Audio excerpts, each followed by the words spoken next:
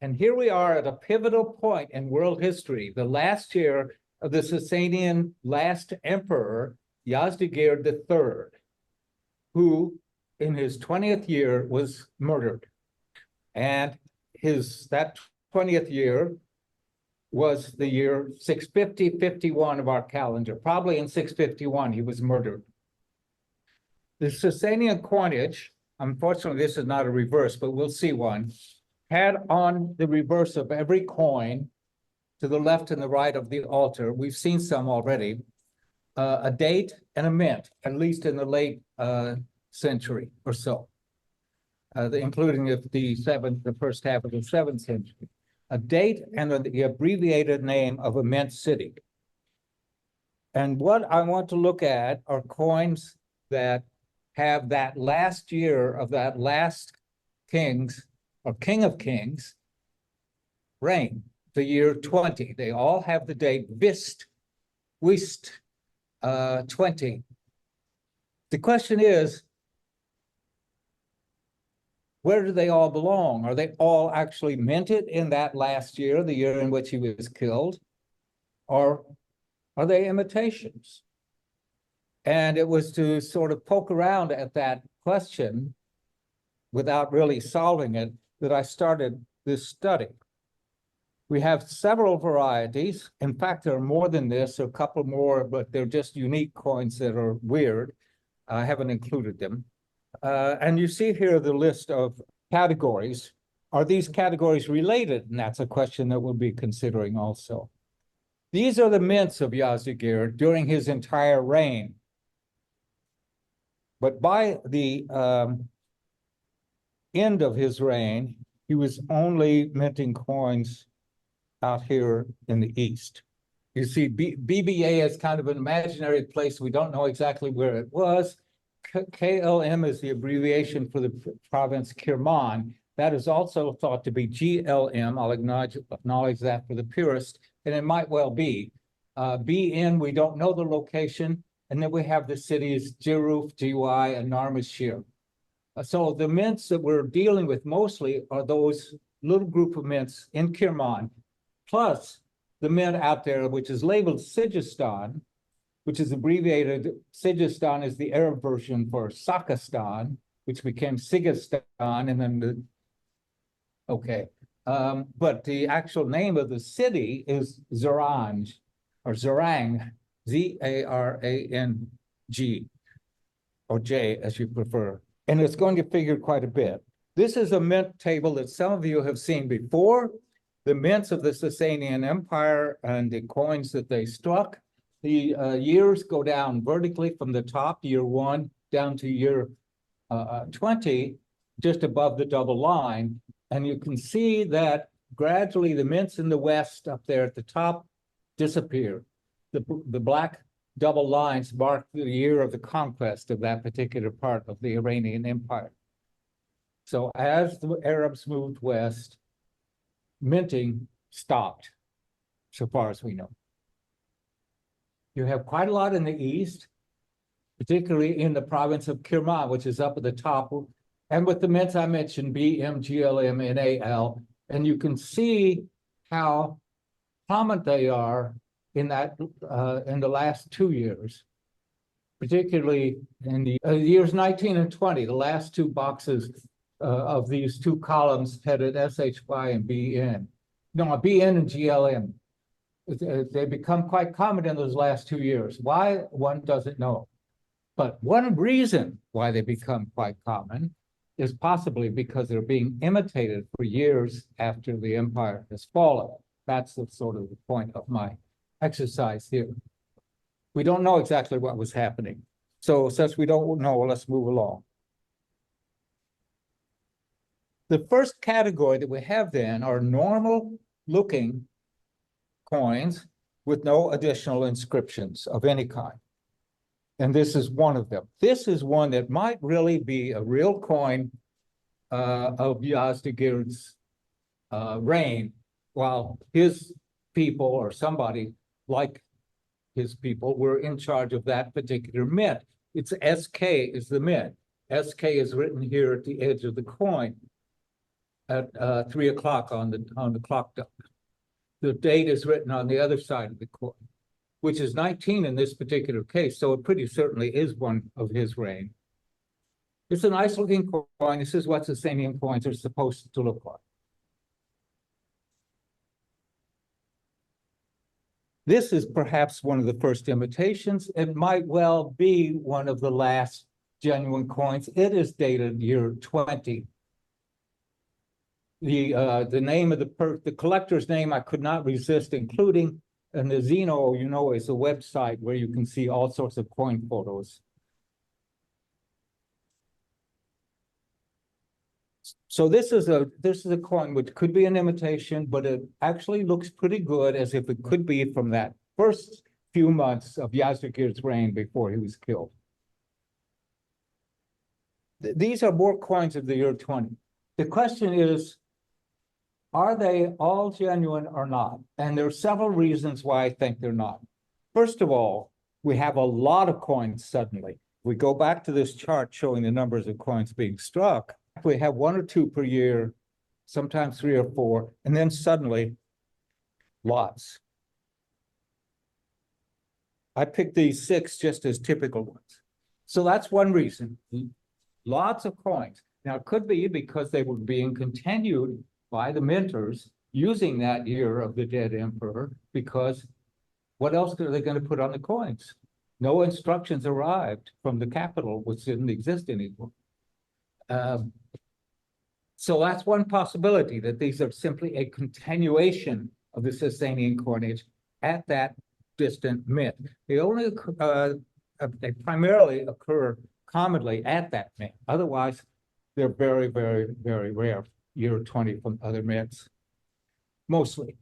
Another reason is the great differences between the style of the engraving of the different coins. This coin down here in the corner is like the one we saw before, but if you just look at the faces of the king and the eyes, look at the eyes particularly, focus on the eyes of the king. In each case, it's a different style, suggesting that this is not a small mint producing coins over a long period of time, but some sort of more informal mint, not official, and perhaps with die cutters coming and going. We also have in this group of coins, but perhaps not belonging to it, a coin, 2 coins here, of Mesan mint. It's clearly that's what it is. I think anybody who can read these will agree, Stuart. But Mesan is way over on the map by the Euphrates River, or rather the Tigris-Euphrates Delta. So it does seem very, very unlikely to have been minting coins of that type in this year. These coins are for sure some sort of imitation, almost certain. Now we next have a much larger group of coins that have that same design in general, but with the inscription in the margin of the obverse from 3 o'clock to 6 o'clock, Bismillah, in the name of God. The very simple inscription that occurs on a lot of the early post-Sasanian type coins of Iran, and it could be okay. But we have again one example of these strangely engraved dies. The nose and eyebrows of the king, for example, here are unique, I believe, on this series. It has the name, it has the date Vist engraved in very small, thin writing, very nicely engraved too, which is not a characteristic of the main series. This is a selection from a fairly large series of coins. You see the different, again, look at the eyes, the different styles of engraving, suggesting that this is not a single series over a long time from a small mint, but a complicated series over a long time, possibly from different mints or at least different die engravers.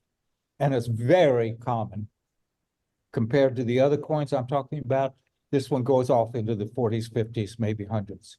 Let me just pause for a minute on those two. Those two possibly are simply the continuation of the Iranian coinage under the Arabs, first with no special inscription.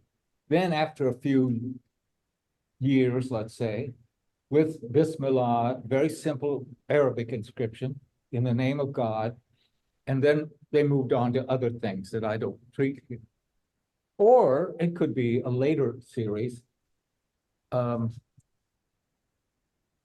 comes toward the end, actually, of the 7th century. In my opinion, possibly, and I'll show you a little bit of the evidence for that, or at least the indications of that as we go along. But the style and type of this coin is nothing like the regular, ordinary, well-known Arab copies of Sasanian coins.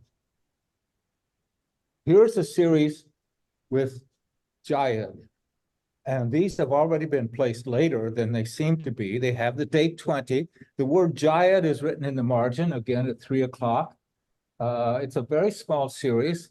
There's in numbers of coins, and we don't know quite where to put it. Some people put it at the beginning. I, again, would put this later, and I would link it by the style and whatnot of the portrait and engraving to these other imitations that I've shown so far.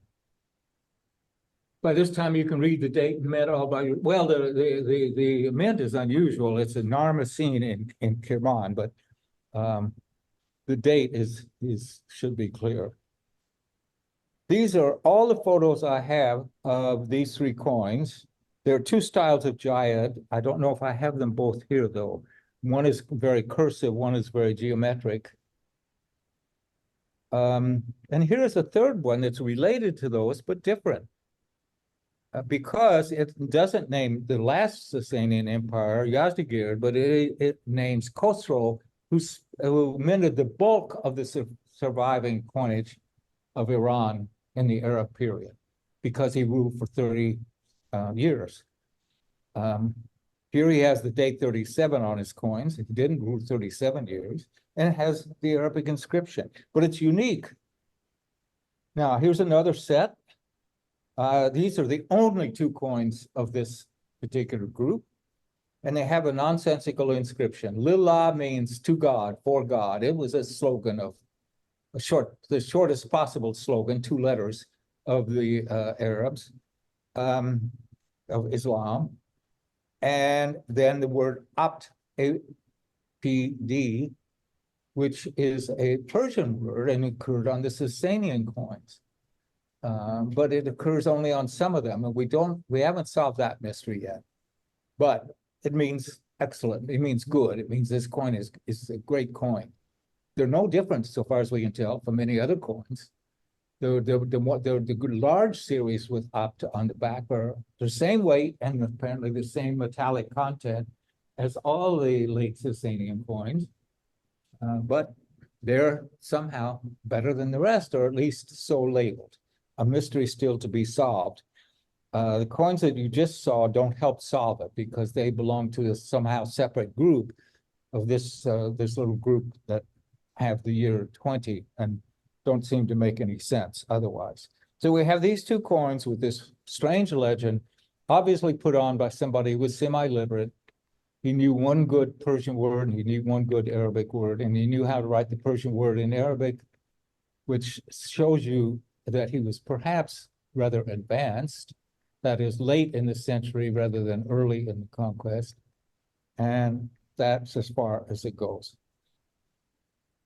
And then we have, and this is what's first started me thinking about this, coins of the year 20, but with the name of Abdullah ibn Amir. Abdullah ibn Amir was a very important figure in the history of Islamic coinage. He was the first Muslim to strike coins with his name. He was also governor when the first really verifiable Arab Sasanian coins that we can verify as being an official issue were minted. But in between, he was overthrown. Well, he lost his position when the Caliph Uthman died, and when Ali replaced him, and he got it back when Ali died 4 years later. In the year 41 Hijra, which is about 671. And in that first year, he started putting his name on the coins. And you can see just starting out, because they can't figure out how to do it. Sometimes you know that Arabs have the name, their personal name, Ism, which his is Abdullah, and his father, his genealogy back to his father, Ibn Amir. They're on the father's name on some of the early coins is at the top, and on some of them it's underneath. That is, the two lines are in two different successions, showing that they were groping for, well, exactly how do we arrange these coins? And suggested the coins were new. And we don't have, he was also the governor of Iran, or the military chief, as I suggested this morning. At any rate, when the first verifiable coins of Iran under the Arabs were minted, the series was continued during his interregnum while Caliph Ali was in charge, but in a different way.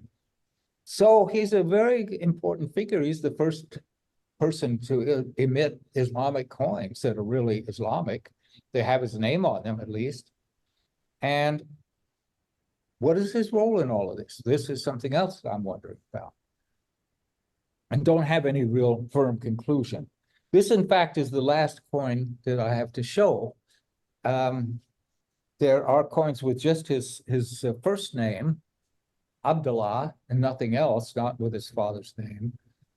We don't know if those are also to be dated to him, or if it's just a kind of a memorial of him minted later, or exactly what is happening again, whether those belong together, but they're also very rare.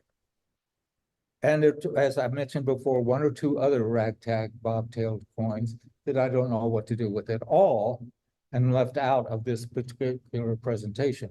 So well, there we are with no good conclusion.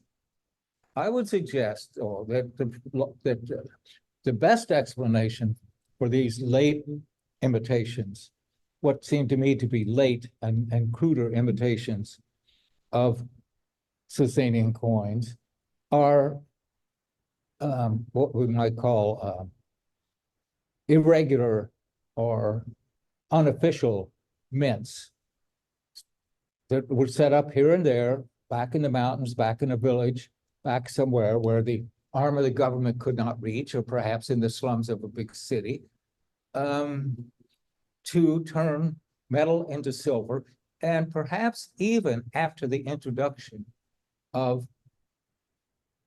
Muslim Arabic coins. I should have had one of those, but those were introduced in the year 697. And there's plenty of evidence for unofficial coinage, and even for coinage by rebels against the state that reverted to the old type. So it was not 100% popular. People like the coinage to be the way it's been for centuries. And there are different motives.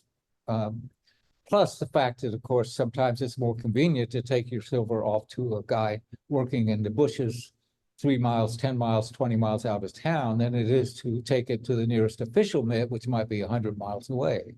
So there's all kinds of reasons why official mints have flourished in that period and actually throughout world history. It's a very common phenomenon that's very often ignored by numismatists who really like to think that all the coins that are showing you are authentic, genuine pieces with official state sanction. I don't think the coins that I've been showing, for the most part, are those coins, but they might be, or they might be informally sanctioned by the state. So I'll leave it at that and welcome questions and debate.